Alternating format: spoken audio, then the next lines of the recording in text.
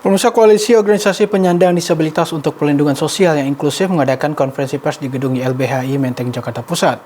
Koalisi yang terdiri dari 46 organisasi disabilitas serta penyakit langka dari seluruh Indonesia ini menyampaikan gugatan dalam bentuk surat terbuka kepada Sri Mulyani terkait RPP atau Rancangan Peraturan Pemerintah mengenai konsensi dan insentif bagi penyandang disabilitas. Organisasi disabilitas dari seluruh Indonesia yang tergabung dalam Koalisi Organisasi Penyandang Disabilitas untuk Perlindungan Sosial yang Inklusif membuat surat terbuka kepada Menteri Keuangan Sri Mulyani. Surat terbuka Koalisi Organisasi Disabilitas ini dibuat terkait dengan RPP tentang konsesi dan insentif bagi penyandang disabilitas. Saat konferensi pers berlangsung, surat terbuka dibacakan secara bergantian oleh perwakilan koalisi yang berjudul Tak Boleh Terlibat, Disabilitas Menggugat Sri Mulyani. Dalam suratnya, Koalisi Organisasi Disabilitas meminta Sri Mulyani agar disabilitas bisa bertemu dan berdiskusi secara langsung. Fajri Hidayatullah sebagai Ketua Umum Himpunan Difabel Muhammadiyah mengatakan bahwa yang diperjuangkan Fajri dan kaum disabilitas adalah RPP konsesi, di mana RUU konsesi merupakan salah satu harapan penyandang disabilitas untuk bisa hidup lebih layak. Sementara ini, penyandang disabilitas menghadapi banyak hambatan seperti sulit mendapatkan pekerjaan, memiliki biaya hidup yang lebih daripada yang lain, sulit menggunakan transportasi umum, dan lain-lain. Fajri juga menambahkan bahwa konsesi merupakan cara untuk meringankan kehidupan penyandang disabilitas. Baik, hari ini ada konversi pers tentang bagaimana RPP konsesi ataupun hal yang memang membantu untuk kedepannya itu kalau sederhananya itu adalah diskon ya untuk kehidupan segala aspek penyandang disabilitas di Indonesia. Ya, kita harapkan adanya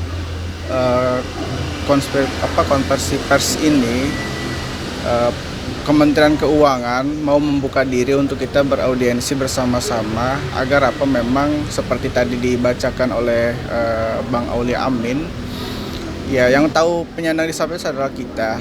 Jadi penyusunan dalam kebijakan itu harus mendapatkan perspektif dan juga masukan-masukan dari kita yang memang kita adalah sebagai yang memang pelaku ataupun penyandang disabilitas yang mengalami hambatan-hambatan di aspek kehidupan di Indonesia ini.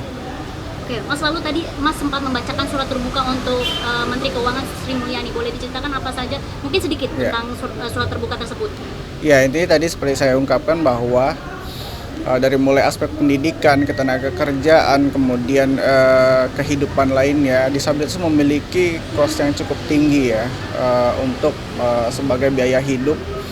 Jadi kita butuh kehadiran negara itu dalam amanat Undang-Undang Nomor 8 2016 itu kita sebagai turunannya pemerintah di Kementerian Keuangan sebagai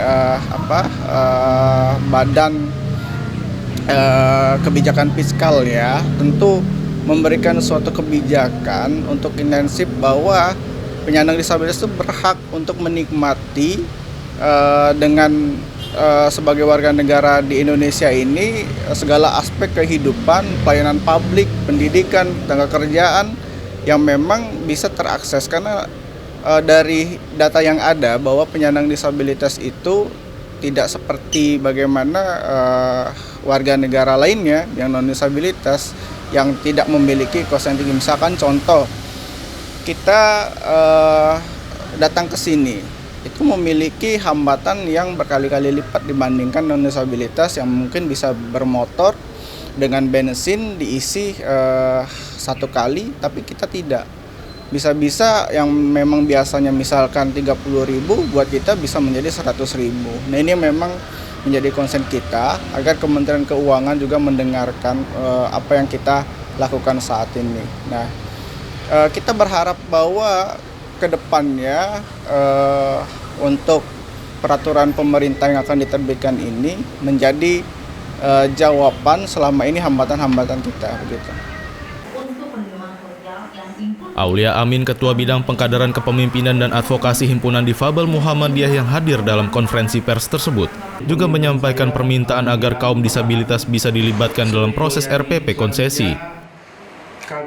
Ya, alhamdulillah kita Hidimu sudah terafiliasi dengan gerakan berbagai organisasi difabel se-Indonesia. Dengan ini kita juga ikut berjuang secara bersama tentang apa yang menjadi keresahan di masyarakat. Dan alhamdulillah Muhammadiyah sebagai organisasi yang sudah lama memperjuangkan umat itu juga perhatian di sini melalui Himpunan Difabel Muhammadiyah menitipkan aspirasinya kepada kami, sehingga kami di sini menyuarakan ke pemerintah seperti tadi surat terbuka yang kami sampaikan kepada Ibu Sri Mulyani selaku Menteri Keuangan supaya ikut melibatkan organisasi disabilitas dalam perumusan peraturan pemerintah terkait konsesi. Sebab apa? Sebab kami organisasi disabilitas itu terlibat langsung dalam pembuatan Undang-Undang Nomor 8 Tahun 2016 tentang penyandang disabilitas, dan ini PP adalah peraturan turunan untuk pelaksanaan undang-undang tersebut. Jadi kalau undang-undangnya ya kami bisa terlibat, artinya kami yang paling tahu tentang kebutuhan hidup kami.